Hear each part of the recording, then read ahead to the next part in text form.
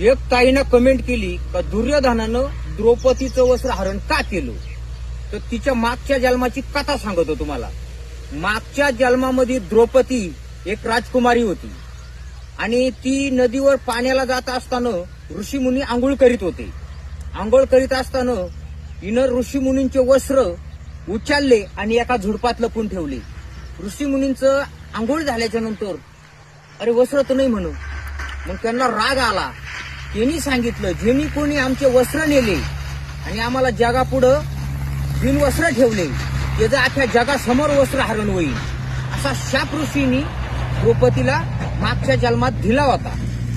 म्हणून दुःशासनानं दुर्योधनानं द्रौपदीचं वस्त्र हरण केलं आणि ऋषींना माहीत झालं नंतर का बुवा अज्ञानपणामध्ये अज्ञान राजकुमारीनं तिला कळत नाही वस्त्र चोरले, म्हणून त्यांना पस्तावा झाला. मग त्यांनी सांगितलं जरी तुझं वस्त्र हरण झालं तर आम्ही तर काही शाप दिलेला परत घेऊ शकत नाही, पण ज्यावेळेस तुझं वस्त्र हरण होईल त्यावेळेस अशी तुझ्या अंगाला साड्या तयार होतील त्या वस्त्र हरण करणाऱ्याला त्या संपणारच नाही.